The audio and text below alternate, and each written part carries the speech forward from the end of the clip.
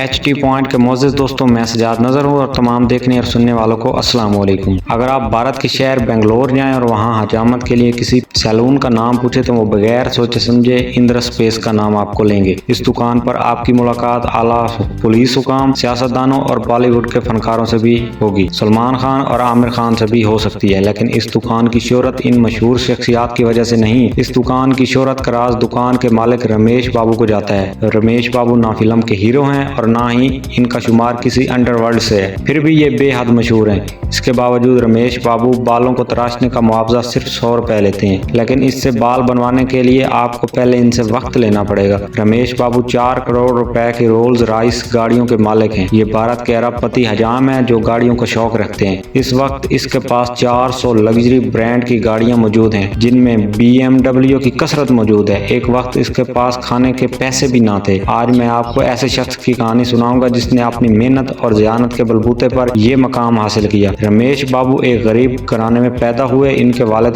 पेशे के लिहाज से हजाम थे। 1979 में जब रमेश के वालिद फौत हुए तो उस वक्त रमेश की उम्र महज 7 साल थी। घर चलाने के लिए रमेश की वालिदा ने घर की मुलाजमत करना शुरू कर दी। रमेश के वालिद ने तरके में सिर्फ एक नाई की दुकान छोड़ी जिसे रमेश के एक अजीज चला रहे थे। योमिया 5 रुपए की रकम रमेश का घर और बहन भाइयों की तालीम के लिए बहुत कम थी।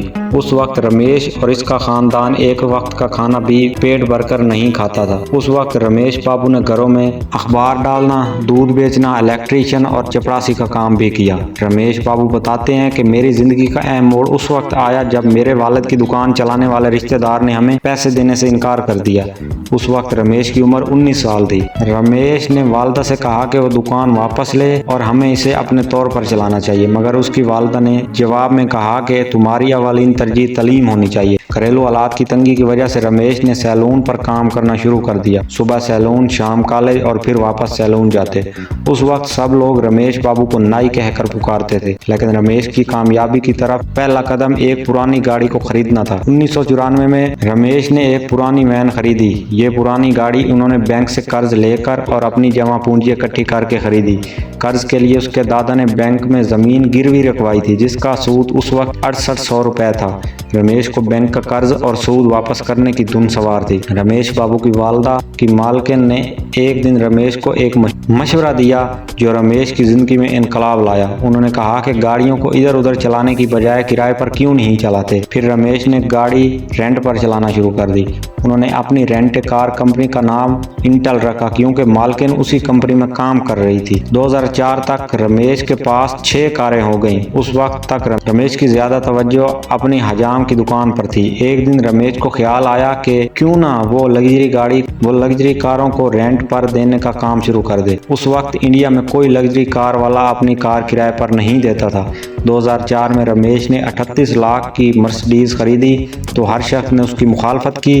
रमेश ने कहा कि अगर ये फैसला मेरा गलत हुआ तो मैं इस कार को फौरन फरोख्त कर दूंगा। रमेश बाबू इतनी कीमती कार रेंट पर देने वाला बेंगलोर में पहला आदमी बन गया। किसी दूसरे रेंट कार वाले के पास इतनी महंगी गाड़ी नहीं थी। रमेश ने कहा कि उन्होंने मजीद लग्जरी कारें खरीदनी है। जब 2011 में रमेश बाबू ने रोल्स रॉयस खरीदी, उस वक्त भी बहुत सारे लोगों ने उन पर तनकीद की। रमेश बाबू का ख्याल था कि 4 करोड़ की रोल्स रॉयस उसको जल्द ही इससे ज्यादा कमा कर देगी। इस कार ने 2014 तक इनको हकीकी सरमाए से भी ज्यादा कमा कर दिया। रमेश बाबू ने कहा कि नशेब फराज कारोबार का अहम जुज़्व है। अगर आपको आगे बढ़ना है तो फिर खतरात मोल लेने पड़ेंगे। रमेश बाबू मजीद कहते हैं कि टैक्स में इजाफे की वजह से हमने इस कारोबार को मजीद आगे नहीं बढ़ाया। ताम 2015 में हमने लैमोजीन जैसी गाड़ियों को खरीदा। इस वक्त अरबपति हजाम रमेश बाबू के पास 400 लग्जरी गाड़ियां मौजूद हैं, जिनमें 75 BMW, टोयोटा और रोल्स रॉयस जैसी कीमती गाड़ियां भी मौजूद हैं। इतना माल और पैसे के बावजूद ये शख्स आजिज़ी और इनकसारी का मजमूआ है। वो आज भी अपनी दुकान चलाता है और अपनी दुकान पर आने वाले ग्राहकों से उसी तरह खुश इखलाकी से पेश आता है। अरबपति होने के बावजूद रमेश सुबह 8 बजे से 10 बजे तक सैलून पर ग्राहकों की जुल्फें तराशते हैं। 10 बजे से 4 बजे तक वो अपने रेंट कार के बिजनेस को देखते हैं और फिर वापस अपनी दुकान पर 3 घंटे अपनी दुकान पर बतौर हजाम काम करते हैं।